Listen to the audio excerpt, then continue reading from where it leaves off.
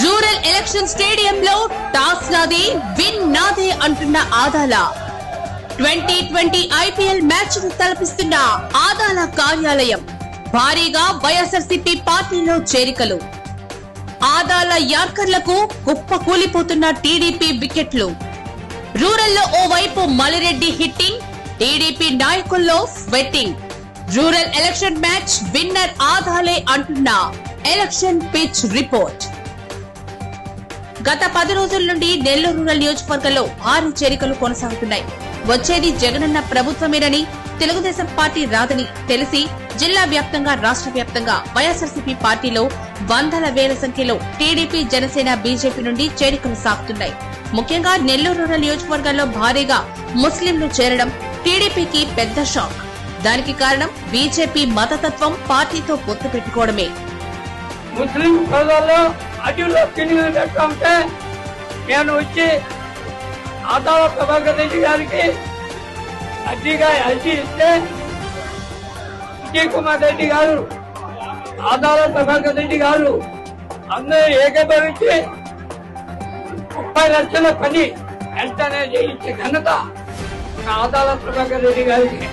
ఆ రకంగా ఒకరికి ఒకరు ఆదాల ప్రభాకర్ రెడ్డి గారికి కష్టపడి పని చేస్తే 3 పనులు చేస్తానని ఒప్పందాలతో నేను ఈరోజు ములుమూడి గ్రామం నుంచి నూరా సాహెబ్ ఆధ్వర్యంలో 400 మంది వైఎస్ఆర్ పార్టీలో చేరడం చాలా సంతోషించదగిన విషయం.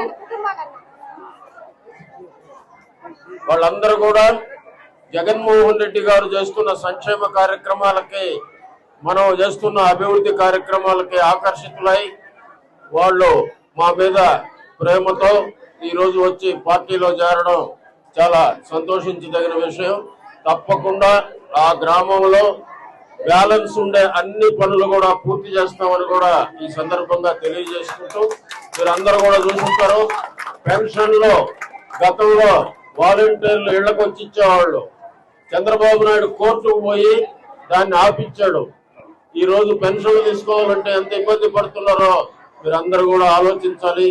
తిరిగి కానీ చంద్రబాబు నాయుడు ప్రభుత్వం వస్తే మనకి పథకాలు పోవడమే కాకుండా ఈ వాలంటరీ వ్యవస్థను తీసేయడం, ఇవన్నీ కూడా నష్టం జరుగుతుంది. కాబట్టి మీరందరూ కూడా గమనించి మంచి నిర్ణయం తీసుకొని మంచి అభ్యర్థులను గెలిపించుకోవాల్సిన అవసరం ఎంతైనా ఉందని కూడా తెలియజేసుకుంటూ, మీరందరూ ఇంత అభిమానంతో ఇక్కడికి వచ్చినందుకు మీ అందరికీ పేరు పేరున నమస్కారాలు తెలియజేసుకుంటూ అందరినీ కూడా పార్టీలోకి ఆహ్వానిస్తూ సెలవు తీసుకుంటున్నాం. జై హింద్.